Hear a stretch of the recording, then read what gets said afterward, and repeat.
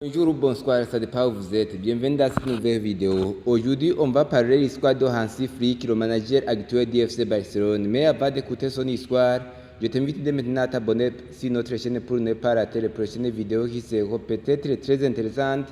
Parlera sur les différents secteurs de la vie quotidienne comme le football qui est le sport le plus aimé au monde, l'entrepreneuriat, les stations de motivation, les relations amicales ou amoureuses, les biographies des joueurs et des entraîneurs, le développement personnel. Si tu es fan du FC Barcelone, laisse j'aime, partage cette vidéo et commente. Merci d'avance. Hansi Flick est l'un des grands entraîneurs de ces dernières années. Il a déjà entraîné le Bayern Munich, le grand club allemand et l'un des meilleurs clubs en Europe. Actuellement, depuis le mois de mai 2024, il est l'entraîneur du FC Barcelone, l'un des meilleurs clubs, alors qui est Hansi Flick. Voici son histoire. Son nom complet est Hansi Dieter Flick, mais plus connu sous le nom de Hansi Flick. Il est né le 24 février 1965 à Heidelberg, en Allemagne. Aujourd'hui, mais anciennement c'était ELFA, République fédérale d'Allemagne. Vous savez qu'autrefois l'Allemagne était divisée en deux. Hansi Flick mesure 1,77 cm.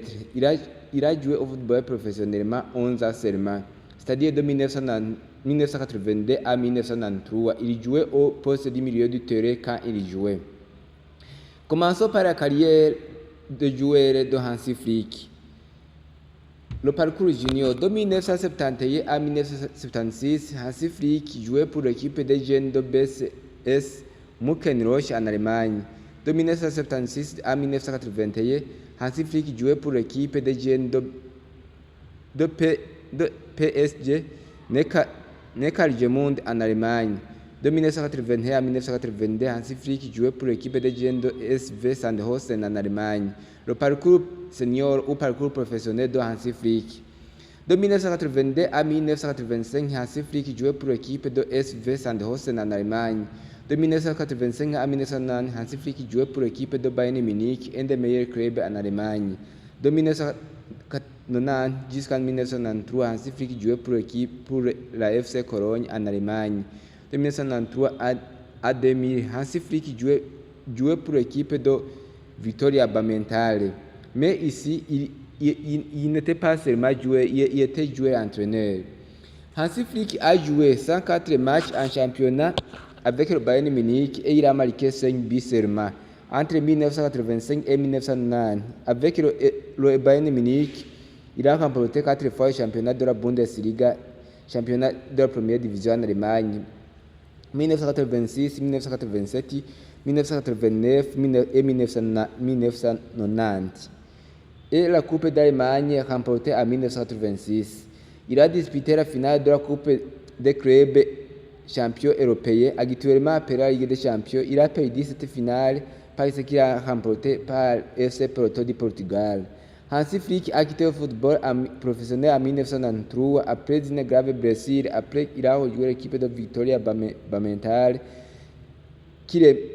un club qu'il aimait depuis son enfance, où il devient à la fois entraîneur et joueur de ce club Viktoria Bammental. C'était en 1996. Depuis 2006 jusqu'en 2014, Hansi Flick était entraîneur adjoint de l'équipe nationale allemande Nationalmannschaft. De 2014 jusqu'en 2017, Hansi Flick travaillait au sein de la Fédération allemande de football. Dans cette fédération, Hansi Flick travaillait comme directeur sportif.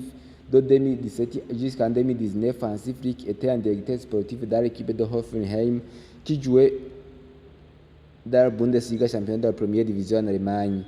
En août 2019, Niko Kovac, qui entraînait le Bayern Munich, a nommé Hansi Flick comme son adjoint. Le 3 novembre 2019, après des résultats non convaincants, Niko Kovac a été licencié et Hansi Flick, qui était son adjoint, est devenu entraîneur du Bayern Munich. L'arrivée de Hansi Flick au Bayern Munich était doutée parce que il n'avait pas d'expérience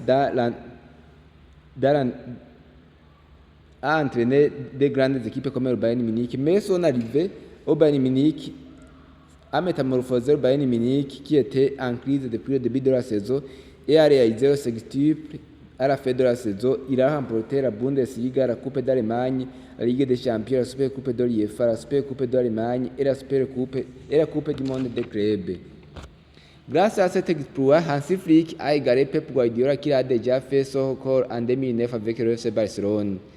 Après avoir réalisé des performances incroyables, le Bayern Munich a prolongé le contrat de Hansi Flick le 3 avril 2020 jusqu'à 30 juillet 2023.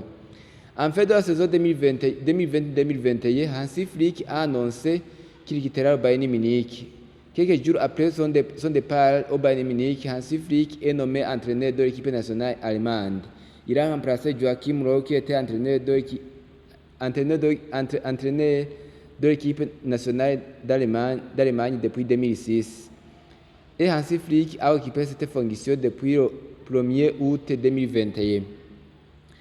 Hansi Flick n'a pas pu réaliser les grandes choses avec l'équipe nationale de l'Allemagne Nationalmannschaft, car l'Allemagne a été éliminée au premier tour de la Coupe du Monde 2022 qui s'est déroulée au Qatar, mais il est resté entraîneur du club allemand. Depuis l'élimination au premier tour de l'équipe nationale d'Allemagne, la situation s'est détériorée en équipe nationale allemande avec beaucoup de défaites et beaucoup de légendes sont retraités. En septembre 2023, après avoir été humilié par le Japon 4 buts à 1, Hansi Flick a été licencié au poste d'entraîneur de l'Allemagne. FC Barcelone depuis 2024. Après 8 mois de son licenciement à la tête de l'équipe nationale allemande, le 29 mai 2024, Hansi Flick a été nommé entraîneur du FC Barcelone, un des meilleurs clubs au monde, à remplacer l'Espagnol et agent du FC Barcelone Xavi Hernandez. Le début de la saison de Hansi Flick est très prometteur car Hansi Flick va aider beaucoup le FC Barcelone.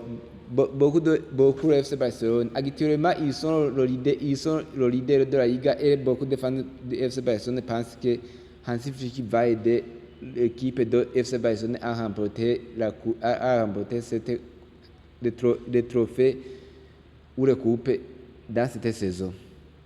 En tant que fan du FC Barcelone, Hansi Flick va remporter combien de trophées avec le FC Barcelone? Dites-nous dans les commentaires. Avant de partir, je t'invite dès maintenant à t'abonner sur notre chaîne pour ne pas rater les prochaines vidéos qui seront très intéressantes. Par là sur les différents secteurs de la vie quotidienne comme le football qui est le sport le plus aimé au monde, l'entrepreneuriat, les stations de motivation, les relations amicales ou amoureuses, le bien-être et la biographie des joueurs et des entraîneurs. Si tu es fan du FC Barcelone, est-ce que Hansi Flick va dire combien de se doit à FC Barcelone? Je t'invite dès maintenant à t'abonner si tu es fan de Hansi Flick. Que Dieu vous bénisse et merci.